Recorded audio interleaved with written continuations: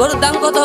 গরুর দাম যদি আপনি সরকারি চাকরিজীবী হন তাহলে একদম 45 লাখ টাকা, আর যদি ব্যবসায়ী হন তাহলে 48 লাখ টাকা, আর যদি আমাকে প্রবাসী ভাইয়ের টাকায় কিনেন তাইলে ভাই একদম 40 লাখ টাকা। ওয়া কি কর প্রবাসী টাকা মানে এত বুঝলাম না ভাই এত কথা তো বলা যাবে না, বুঝলে বুঝপাতা, না বুঝলে তেজপাতা।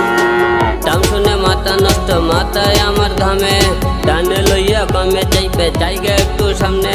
গরুর হাটে গরমে, ঠান্ডা খায় আরামে, পকেট রাখেন সাবধানে, আমি নয়তো জ্ঞানী, এই কথা আমি মানি।